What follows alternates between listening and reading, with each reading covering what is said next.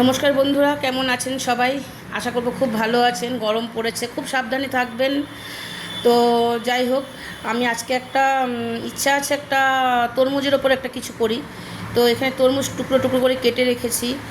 আর এখানে আছে দুটো পাতিলেবু আছে, দু টুকরো আর কি। আর এখানে আছে টক দই, আমার হাতে বানানো টক দই।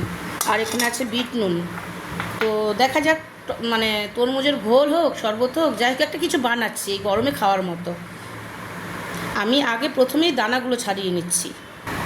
মিক্সার জারের সাহায্যে আমি এটাকে ব্লেন্ড করে নিয়েছি।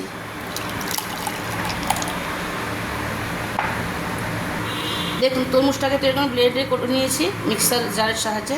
এবার একটু টক দইটাকে করে নেব। দইটাও আমি মিক্সার জারে ব্লেন্ড করে নিয়েছি। এই যে, এবার তরমুজটার মধ্যে দইটা দিয়ে দিলাম, দই দিয়ে দিলাম। আমি একটু চিনি অ্যাড করব, চিনি দিয়ে দিলাম, লেবুর রসটাও দিয়ে দিলাম, গোলমরিচের গুঁড়ো পরিমাণ মতো দিয়ে দিলাম। দিয়ে এটাকে এবার আমি একটুখানি ভালো করে একটু শেক করব। দেখুন, সবই তো দিয়ে দিয়েছি। এবার এটাকে ভালো করে আমি এটার সাহায্যে ভালো করে মিশিয়ে নেব, তারপরে আমি সার্ভ করব। দেখুন, হয়ে গিয়েছে, কমপ্লিট। এবার আমি গ্লাসে ঢেলে দেবো।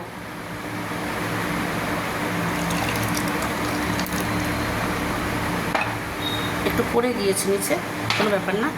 আর এর মধ্যে শুধু দিতে হবে আইস।